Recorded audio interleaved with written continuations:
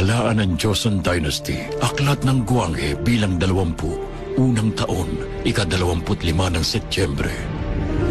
Mula sa himpapawid ng Gansong, Wonju, Gangryong at Chuncheon, namataan ng isang lumilipad na bagay na hindi matukoy.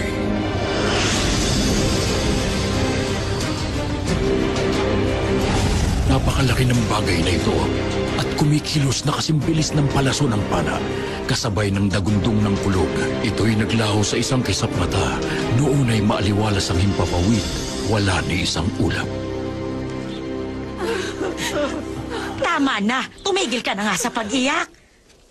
Naaawa lang po ako sa sinapit ng binibini. Sa kanyang murang edad, naging balo na siya. Baka marinig ka.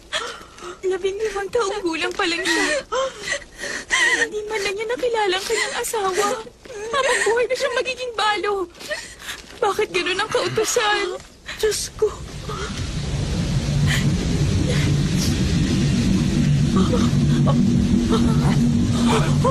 Ano ba yan?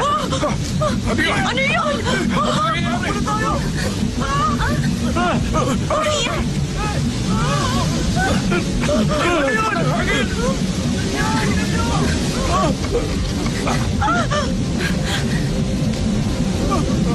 Ano ba yan? Ano gagawin natin? Halika na! Lumigas na! Ginoo! Ginoo!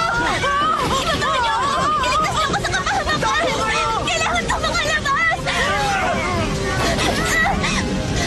Dito na kayo! Bilis!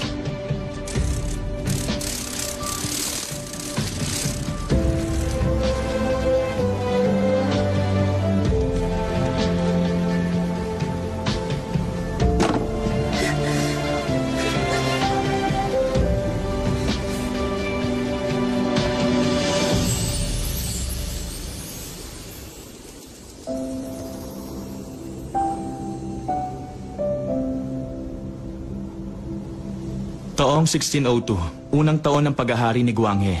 Ayon sa talaan ng Joseon Dynasty, isang unidentified flying object ang biglang namataang lumilipad sa himpapawid. Yun mismo ang sasakyan na nagdala sa akin sa Joseon. Ang bituing yun ay pinangalanan ng sangkatauhan ng KMT 184.05. Ang planetang yun ay katulad ng planet Earth. Yun ang pinagmulan ko. Noong Joseon Dynasty, Ang bayang ito ay tinatawag na Hanyang. Nakalaunan ay kinilalang Sol.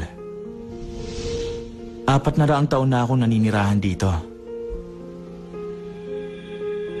Sa magnetic field, gravity at tubig, hindi na ako naaapektuhan.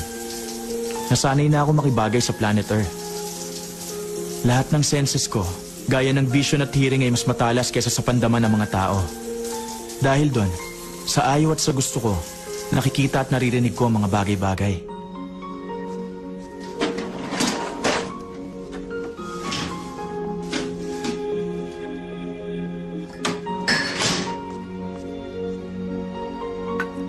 Wala akong paboritong pagkain at hindi ako pwede makipagpalit ng dugo o ng kahit na anong likido ng katawan sa mga tao.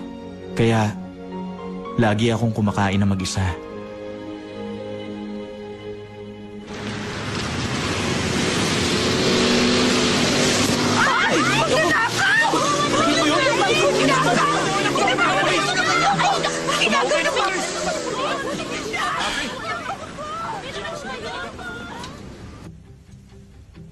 Bakit hindi ako tumutulong? Bali wala naman kasi kung makialam pa ako sa buhay ng mga tao. Nagmula ako sa ibang planeta. Nabuhay ako rito sa planet Earth sa loob ng 400 taon pero sa ayaw at sa gusto ko, may mga bagay na nakatakdang mangyari. Ang tawag doon ng mga tao, tadhana o kapalaran.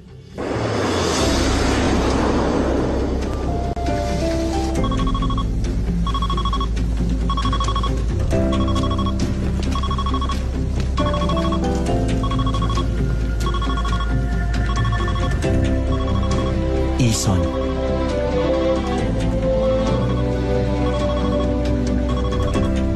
Ang comet of the century na mas maliwanag pa kaysa sa bilog na buwan. In 3 months, ito ay masisilayan ng planet Earth.